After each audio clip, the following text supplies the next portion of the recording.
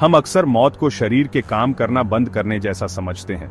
हमारा दिल धड़कना बंद कर देता है, हमारे फेफड़े सांस लेना बंद कर देते हैं, लेकिन हमारी पहचान का क्या, हमारी यादों का क्या, हमारे सपनों का क्या, खुद को महसूस करने का क्या? यहीं पर मौत की परिभाषा थोड़ी जटिल हो जाती है। हमें ब्रेन डेथ के बारे में सोचना होगा। जब दिमाग काम करना बंद कर देता है तो हमारे विचारों और अनुभवों का वो जाल खत्म हो जाता है। पर क्या ये सचमुच हमारे होने का अंत है? क्या होश जो हमारी आत्मा है वो दिमाग के खत्म होने के बाद भी रह सकती है? ये ऐसे सवाल हैं जो सदियों से दार्शनिकों और वैज्ञानिकों को उलझाते रहे हैं। अब क्वांटम मैकेनिक्स में प्रगति के साथ हम नए और आश्चर्यजनक जवाब खोजने के करीब हो सकते हैं। इंसानी दिमाग एक अद्भुत अंग है, प्राकृतिक चयन की शक्ति का प्रमाण। अरबों न्यूरॉन्स एक साथ काम करते हैं, जिससे विद्युत और रासायनिक संकेतों का तालमेल बनता है। यही नृत्य हमें इंसान बनाता है। लेकिन क्या होता है जब संगीत बंद हो जाता है? होश अपने शुद्धतम रूप में जागरूकता है। यह आपकी त्वचा पर हवा का एहसास है, आपके पसंदीदा खाने का स्वाद है, आपके परिवार के लिए प्यार है। ये आपके आसपास की दुनिया का अनुभव करने और उस पर प्रतिक्रिया करने की क्षमता है। सदियों से हम इस असाधारण घटना के स्रोत के बारे में सोचते रहे हैं।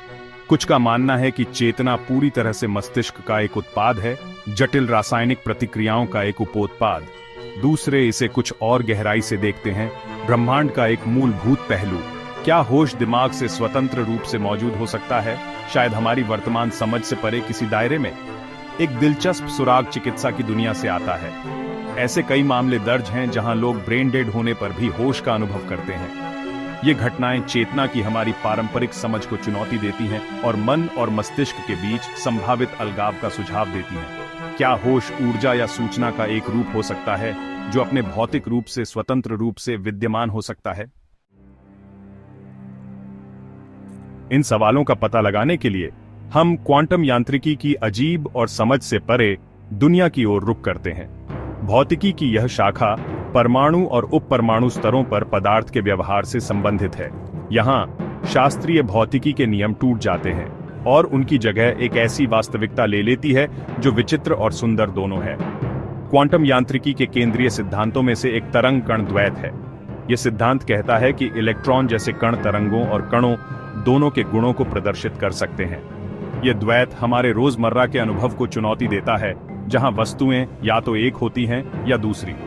एक और महत्वपूर्ण अवधारणा हाइजेनबर्ग का अनिश्चितता का सिद्धांत है। यह सिद्धांत हमें बताता है कि हम एक साथ किसी कण की स्थिति और गति दोनों को कभी भी पूर्ण सटीकता के साथ नहीं जान सकते हैं। क्वांटम प्रणाली को देखने का कार्य ही उसके व्यवहार को प्रभावित करता है।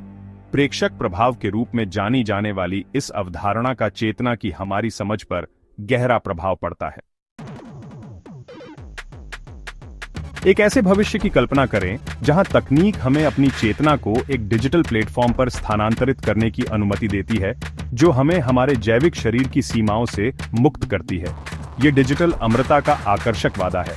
हालांकि यह साइंस फिक्शन जैसा लग सकता है, लेकिन न्यूरालिंक जैसी कंपनियां ब्रेन कंप्यूटर इंटरफेस पर काम कर रही हैं, जो एक दिन इसे हकीकत बना सकती हैं। ऐसी तकनीक के निहितार्थ चौंका देने वाले हैं। हम संभावित रूप से हमेशा के लिए जीवित रह सकते हैं, ब्रह्मांड की खोज कर सकते हैं और अपने ज्ञान को अपने बेतहाशा सपनों से परे तक विस्तारित कर सकते हैं। लेकिन यह गंभीर नैतिक और दार्शनिक प्रश्न भी उठाता है। ऐसी दुनिया में इंसान होने का क्या मतलब है, जहां मौत वैकल्पिक है? चेतना और अमरता की संभावना को समझने की खोज अज्ञात में एक यात्रा है। यह एक ऐसी यात्रा है जो हमारी मान्यताओं को चुनौती देगी और विज्ञान की सीमाओं को आगे बढ़ाएगी। जैसे जैसे हम क्वांटम दुनिया के रहस्यों में गहराई से उतरते हैं, हमें पता चल सकता है कि मृत्यु अंत नहीं है, बल्कि अस्तित्व की एक अलग अवस्था में परिवर्तन है।